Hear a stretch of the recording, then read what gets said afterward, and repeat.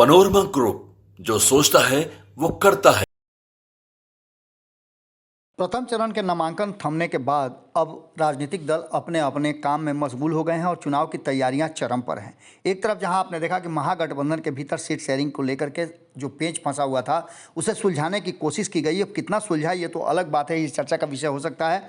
लेकिन जिस तरह से हमने आपको बताया भी था कि राष्ट्रीय जनता दल, कांग्रेस और वाम दलों के बीच में सीट शेयरिंग का समझौता हो गया है, जिसमें 26-9 और 3-1-1 का फॉर्मूला तय किया गया है। इसकी आज विधिवत घोषणा औपचारिक रूप से कर दी गई और इस घोषणा के बाद अब ये इंतजार हो रहा था कि लोक जनशक्ति पार्टी जो रामविलास है, जिसके मुखिया हैं चिराग पासवान, वो क्या घोषणा करते हैं और शेष बची हुई 2 सीटों पर वो किस तरह से कि क्या क्या करके और किस समीकरण के साथ नाम की घोषणा करते हैं। आपको बता दें कि चिराग पासवान ने कल जब नामांकन की प्रक्रिया चल रही थी जमुई में, इसके साथ साथ अन्य जगहों पे भी नामांकन में वो शामिल रहे और पूरी एनडीए जो है वो एकजुट नज़र आई। लेकिन जहां एक तरफ भारतीय जनता पार्टी, जनता दल यूनाइटेड और अन्य जो एनडीए के सहयोगी दल हैं, चाहे वो आरएलएम हो या हम हो, उन सभी ने अपने अपने उम्मीदवारों की घोषणा कर दी और कई सीटों पे तो नामांकन भी हो गए हैं। 4 सीटों पे नामांकन हो गए हैं। 5वें चरण की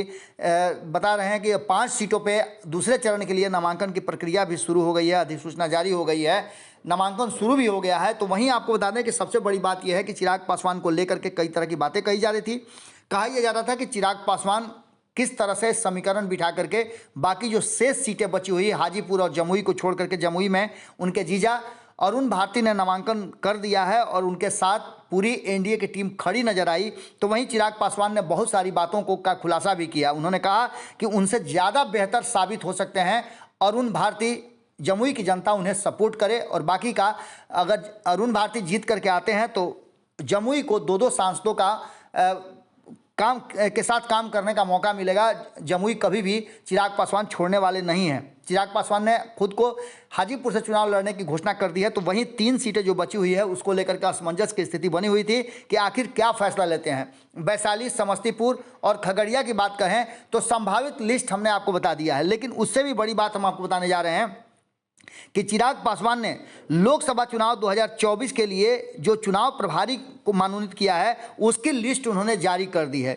आपको बता दें कि चिराग पासवान की टीम ने जहां वाल्मीकि नगर के लिए अशोक मिश्रा प्रदेश महासचिव हैं उनको दिया है, तो वहीं पश्चिमी चंपारण के लिए पंकज पांडे को सभी के फ़ोन नंबर के साथ उन्होंने लिस्ट जारी किया है। तो पूर्वी चंपारण में संजय पासवान को मौका दिया गया, शिवहर में इंजीनियर नौशाद अहमद है, तो सीतामढ़ी में डॉक्टर शाहनवाज अहमद कैफी को मौका दिया गया है, मधुबनी में श्री राजेश कुमार उर्फ संजय पासवान है, तो झंझारपुर में श्री प्रभाकर ठाकुर को मौका दिया गया, सुपौल में चंद्र विजय कुमार उर्फ विजय यादव हैं, अररिया में शंकर झा हैं, तो किशनगंज में शंकर झा को ही दिया गया है जो पूर्व विधायक भी रहे हैं, कटिहार में योगेंद्र शाह को, पूर्णिया में विभूति भूषण पासवान को, तो मधेपुरा में कुमार विवेक आनंद को मौका दिया गया है। ये सभी प्रदेश महासचिव हैं और राष्ट्रीय महासचिव हैं। मधेपुरा के लिए कुमार विवेक आनंद को दिया गया है, तो विभूति भूषण पासवान को पूर्णिया के लिए मौका दिया गया है। मुजफ्फरपुर की बात करें तो संजय कुमार सिंह को मौका दिया गया, तो वैशाली से राकेश कुमार सिंह उर्फ गबरू सिंह को मौका दिया गया। गोपालगंज जो रिजर्व क्षेत्र है उसमें परशुराम पासवान को, सिवान में सौरभ पांडे को, तो महाराजगंज में प्रोफेसर वासुदेव पासवान को मौका दिया गया है। वहीं आपको बता दें कि इस 40 लिस्ट में सारण के लिए प्रोफेसर अजय कुमार हैं, तो हाजीपुर के लिए अरविंद कुमार सिंह को बनाया गया है वहां का प्रभारी।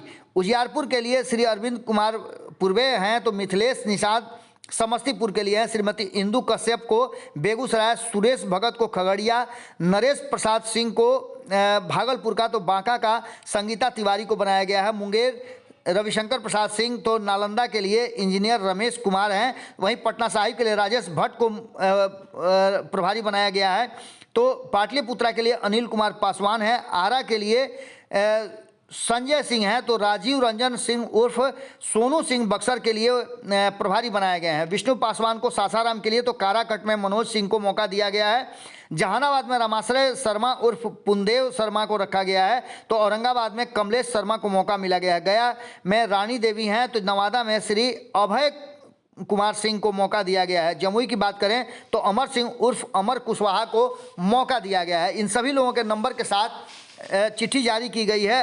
राजू तिवारी जो प्रदेश के अध्यक्ष हैं, उन्होंने इस चिट्ठी को जारी किया है। अब सभी 40 सीटों पे लोकसभा प्रभारी की ये जो सूची है वो सामने आ गई है। अब देखना दिलचस्प होगा कि किसी भी वक्त बाकी की बची 3 सीटों पर नाम की घोषणा हो सकती है। नामों को लेकर के असमंजस की स्थिति थी, उधेड़-बुन चल रहा था, लेकिन जिस तरह से अब तक सब कुछ स्मूथली होता रहा है, कहा यह जा रहा है, चिराग पासवान के जो सूत्र हैं वो बता रहे हैं कि सब कुछ लगभग फाइनल है, सिर्फ घोषणा बाकी रह गई है। देखना होगा कब तक ये घोषणा होती है। हमारी नज़र बनी हुई है, आपकी नज़र भारत लाइव पे होनी चाहिए। बहुत बहुत धन्यवाद। पनोरमा ग्रुप, जो सोचता है वो करता है। अगर ये वीडियो पसंद आई और वह बिहार के राजनीति और बिहारियत से सरोकार रखेनी तो सब्सक्राइब बटन दबा के चैनल के सब्सक्राइब कर ली। ओजे एगो घंटी बा, ओकरा बटन दबा देला से कुल सटीक और मारक खबर रुआ मुफ्त में मिल जाई। अगर रुआ पत्रकारिता के हमनी के नया प्रयोग में सहयोग कर चाहतानी तो ज्वाइन बटन दबा दी। पेटीएम नंबर नोट कर ली 9386816700। धन्यवाद।